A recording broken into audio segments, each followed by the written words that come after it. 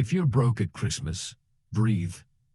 You don't have to buy peace on a credit card, and you don't have to perform your way through December like love is something you prove with receipts.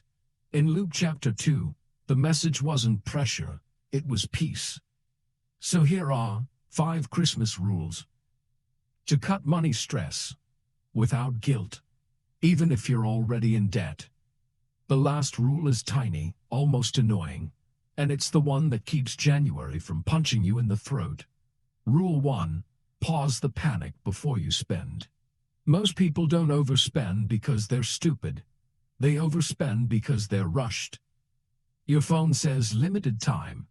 Your family says just this once. Your own brain says, if I don't do something, I'll look bad. So you need a physical interrupt, not a vibe, not a quote, a switch. Light a candle, not as a ritual, as a signal. I'm not making money decisions in panic mode. Before you buy anything, ask one question out loud. Is this peace or is this pressure? If it's pressure, you don't decide in that moment. You wait 10 minutes, 1 hour, overnight. You don't have to win every battle. You just have to stop losing the same one. Because pressure spending always feels like relief, right up until the bill arrives. Rule 2. Draw a line in the sand. No new debt for December. If you're already in debt, there's no magic fix before the 25th. That's not failure. That's reality. But there is a real win that changes your life. Don't make January harder. Say it plainly. No new debt for December. You might be paying old debt. Okay. You might be behind. Okay. But you don't add fresh pain because it's a holiday and everyone else is pretending money doesn't count this month. This is where Christmas gets weirdly honest. A lot of spending isn't generosity. It's fear. Fear of judgment. Fear of looking small. Fear of not being enough. And fear charges interest. Rule 3. Choose one number, one limit, total.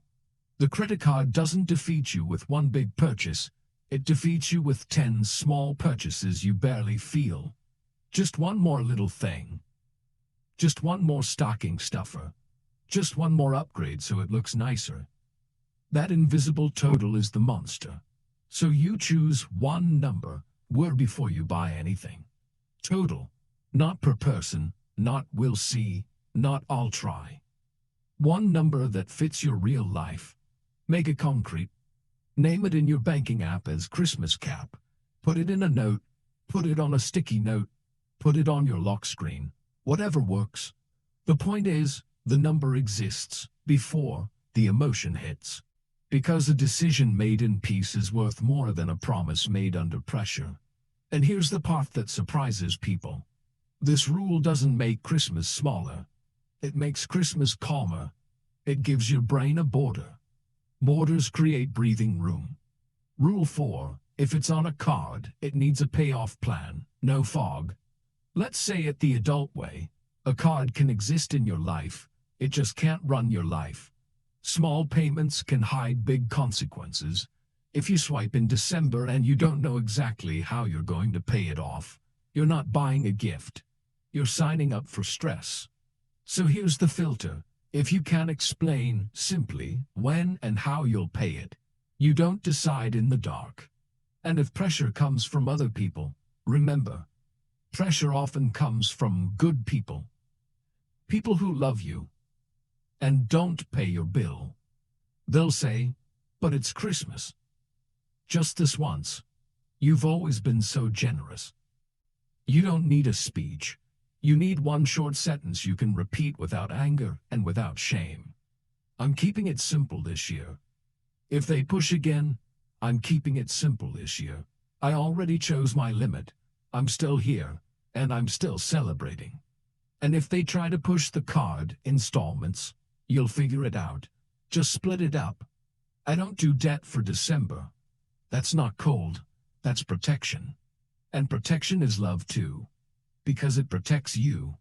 Presence is what Christmas was always meant to be. Time, real help, a conversation that isn't rushed, visiting someone who's alone, cooking together, listening without performing. Love that doesn't charge interest. Now you're ready for the last rule, the one that feels too small to matter, until you realize it's the only reason January doesn't crush you. Rule 5. Protect January with something set aside. Start with $20. Start with $20, not as a magic trick, not as prosperity nonsense. As proof that you're not completely trapped. If you can set aside 20, do it. If you can't, set aside 10, 5, 2. The amount changes. The meaning doesn't. You created a small buffer for January. Because living paycheck to paycheck teaches a lie that starts to feel true. Nothing can be saved, nothing can be protected, nothing can be chosen. This rule cracks that lie. And it matches the heart of Christmas. Luke chapter 2 isn't about excess. It's God stepping into history in the least perfect way. Simple, vulnerable, real. A baby, a manger, a scene that doesn't look ready, and still, peace. So if you're broke this Christmas, you're not outside the story. You're standing on the kind of ground where God has always started new things. In the simple, in the tired, in the tight. Light the candle. Ask the question.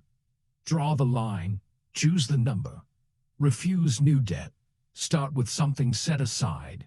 Here are the 5 rules in one breath. Pause the panic.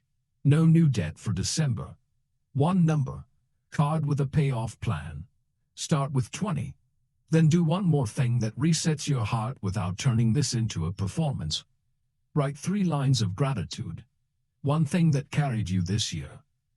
One person who helped you. One small win nobody saw.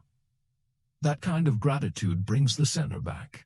And when the center comes back, consumption loses its power to command you. Quick note, this isn't financial advice. It's a practical decision guide to reduce pressure and protect peace. Now I want to hear from you. What pressures you most at Christmas? Family comparison, or the feeling of not being enough? And what's one small decision you made this year that brought you more peace?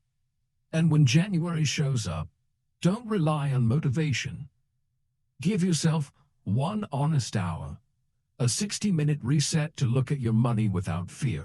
Find the main leak and adjust one real thing. Because the cycle doesn't break with a pretty quote. It breaks with clarity. Light the candle. Breathe. Keep it simple. Protect January.